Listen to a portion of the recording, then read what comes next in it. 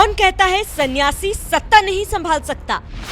जब कोई सन्यासी बड़े राज्य की सत्ता संभालता है, मठ मंदिर भी बनाए जाते हैं और विकास भी होता है।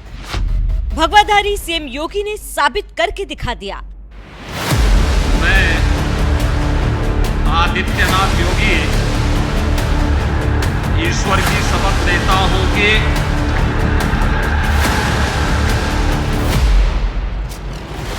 मठ मंदिरों में पूजा पाठ करने वाले भगवाधारी योगी आदित्यनाथ ने जब साल 2017 में पहली बार उत्तर प्रदेश जैसे बड़े राज्य की सत्ता संभाली थी, तब यूपी ही नहीं पूरे देश में बीजेपी के फैसले का विरोध हो रहा था और योगी जैसे भगवाधारी महंत पर सवाल उठाए जा रहे थे कि एक सन्यासी भला देश के सबसे बड़े राज्यों में से एक उत्तर प्रदेश में क्या सरकार चलाएगा।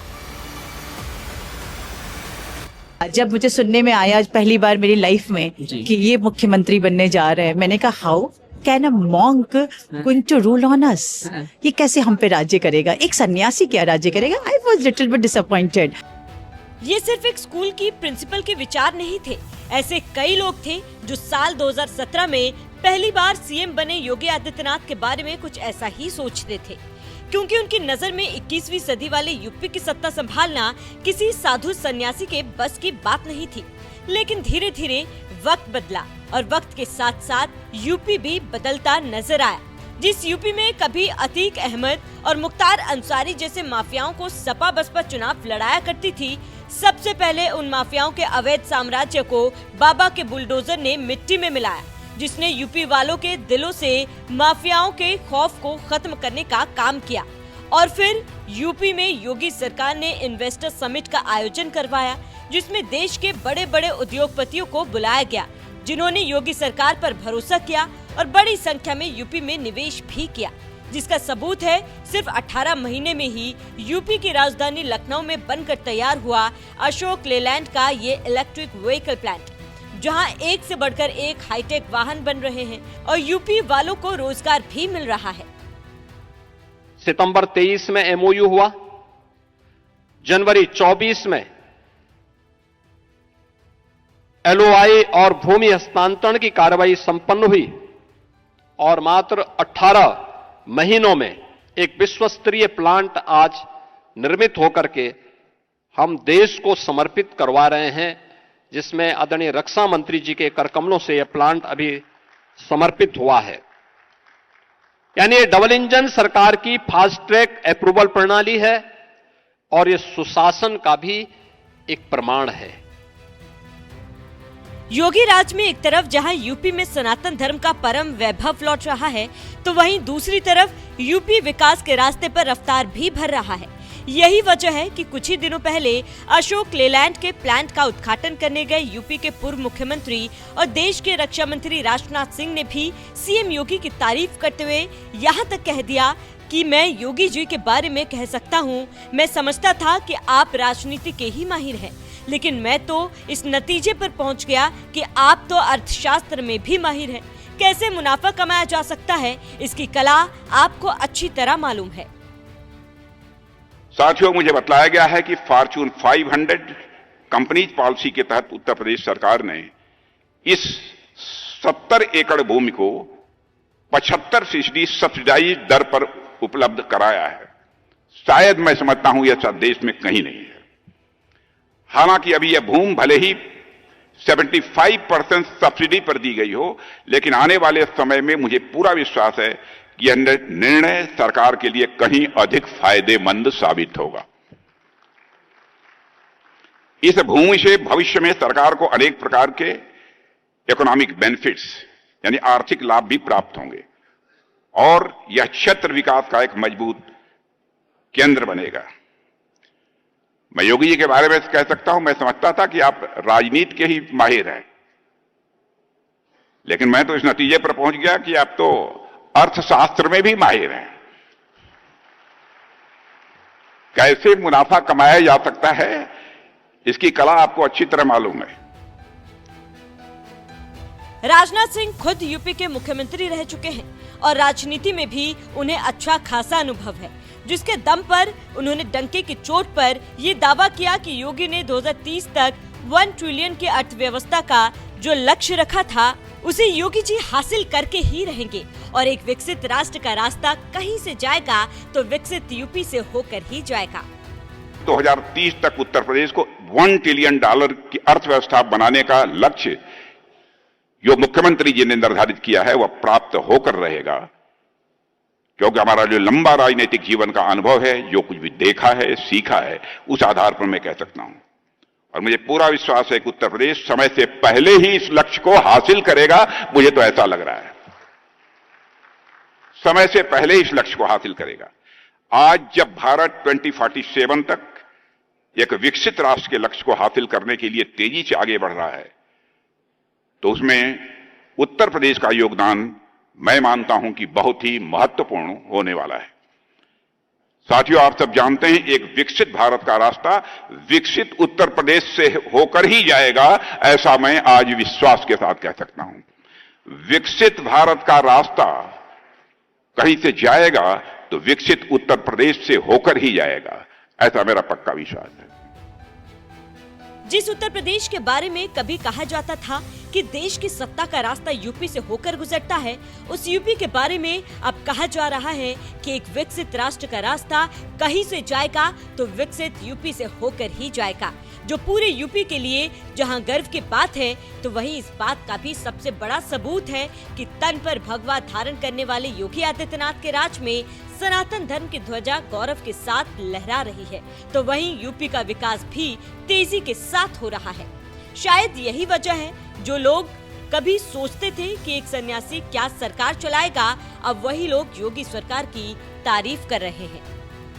जब मुझे सुनने में आया आज पहली बार मेरी लाइफ में कि ये मुख्यमंत्री बनने जा रहे हैं, मैंने कहा how can a monk going to rule on us, ये कैसे हम पे राज्य करेगा, एक सन्यासी क्या राज्य करेगा। I was little bit disappointed. मैंने कहा ठीक है चलो कोई बात नहीं। फिर I am sorry to discuss, this is a political matter, CIA और वो जो आपका आया, तो उस वक्त क्या हुआ, प्रॉब्लम काफी हुई। और मैं तब स्कूल टीचर थी, मैं पढ़ाती थी, हमें फैजाबाद रोड की तरफ जाना था, मैं अपनी बेटी के साथ बैठी थी, स्कूल में बच्चे भी थे, स्कूल बस में बच्चे भी थे, और हमारी एक टीचर हांफते हुए चढ़ी, वो डालीगंज से आ रही थी, और उसकी कंडीशन उसने कहा कि बहुत ही वहाँ पे काफी कम्युनल वायलेंस फैला हुआ है, बहुत प्रॉब्लम। हम लोगों ने कहा तुम आते ही नहीं, कि मैम घर में भी सुरक्षित नहीं थे, और हम भी बहुत डर गए कि पता नहीं क्या होगा। आज हम लोग चल जा तो रहे हैं, स्कूल ने कोई छुट्टी नहीं की है, प्राइवेट सिस्टम में ऐसा होता नहीं है। फिर क्या हुआ कि in the evening only the entire condition was completely controlled. फिर देन आई थॉट कि ऐसी चीजें भी कोई कर सकता है, ऐसा भी हो सकता है कि ऐसी चीजें हो सकती हैं।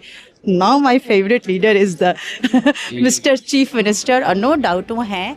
योगी सरकार पर बढ़ता जनता का ये विश्वास बता रहा है कि सीएम योगी ने इस बात को साबित करके दिखा दिया कि एक भगवाधारी साधु मठ मंदिरों का विकास करा सकता है तो यूपी जैसे बड़े राज्य की सत्ता भी संभाल सकता है। और ये बात लगता है अब यूपी की जनता भी अच्छी तरह से समझ गई है, इसलिए साल 2022 में दोबारा यूपी की सत्ता सौंपी। और अब 2027 के चुनाव से पहले जिस तरह से योगी लहर चल रही है, उसे देखकर लग रहा है कि सपा और कांग्रेस मिलकर भी योगी को सत्ता की हैट्रिक लगाने से नहीं रोक पाएंगे। वैसे आपको क्या लगता है, 2027 के चुनाव में कौन बाजी मारेगा? अपनी राय हमें कमेंट कर जरूर बताएं। साथ ही 10 जनवरी को प्रयागराज की धरती से योगी ने क्या कुछ कहा था, वो भी सुन लीजिए।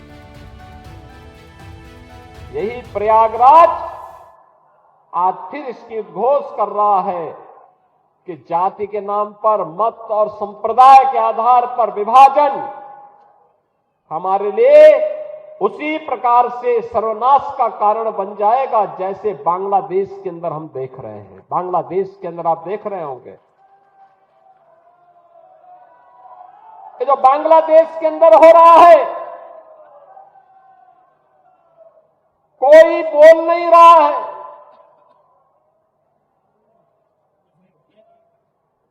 सेकुलरिज्म के नाम पर ठेका लेकर के चलने वाले वे लोग जिनकी दुकानें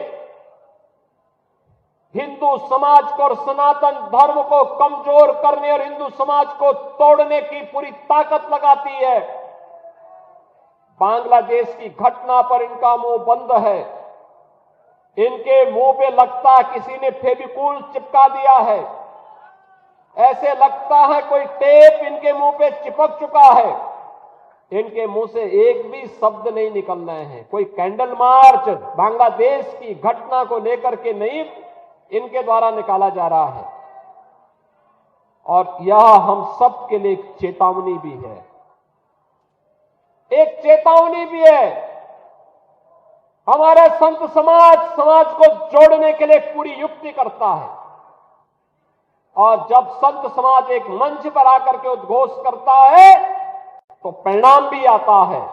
जैसे आपने देखा होगा अयोध्या में श्री राम जन्मभूमि पर भव्य राम मंदिर का निर्माण, अयोध्या में श्री राम जन्मभूमि पर भव्य राम मंदिर का निर्माण, ये पूज्य संतों की उसी साधना और उसी एकता का परिणाम है जिसे मूर्त रूप दिया है देश के यशस्वी प्रधानमंत्री श्री नरेंद्र मोदी जी। याद करिए, यह देश 1947 में आजाद हुआ। आजाद होने के बाद देश को प्रधानमंत्री मिल गए। 1952 में पहला आम चुनाव होता है। तब से देश ने कई प्रधानमंत्री देखे। हर एक ने देश के बारे में सोचा होगा, देश के विकास के बारे में योगदान किया होगा, लेकिन भारत की मूल आत्मा को सम्मान मिलना चाहिए। अयोध्या में रामलला फिर से विराजमान होने चाहिए, यह भाव केवल मोदी जी ने ही उसको मूर्त रूप दे करके भारत की परंपरा को गौरवान्वित किया है। मोदी जी पहले प्रधानमंत्री हैं जो श्री राम जन्मभूमि में दर्शन करने के लिए गए, राम मंदिर के शिलान्यास में गए, रामलला के प्राण प्रतिष्ठा समारोह में भी गए और मंदिर निर्माण का कार्य पूर्ण होने के उपरांत जो शुभ मुहूर्त मिला था, सनातन धर्म की ध्वजा पताका को मंदिर पे आरोहण करने का, उस समारोह में भी प्रधानमंत्री जी स्वयं भागीदार बने और उन्होंने दिखा दिया दुनिया को इच्छा शक्ति होनी चाहिए कार्य करने की। जो लोग आज भी आपको बांट रहे हैं, बहनों और भाइयों, ये आपके हितैषी नहीं हो सकते, कभी नहीं हो सकते, कभी नहीं होंगे। ये वही लोग हैं जिनको सत्ता में रहने का अवसर प्राप्त हुआ था। जब सत्ता में थे तो स्वयं अपने परिवार के बारे में सोचते थे, उससे बाहर उनकी दृष्टि नहीं थी। आज तमाम प्रकार के नारे देंगे, स्लोगन देंगे, लेकिन ये वास्तविकता नहीं है।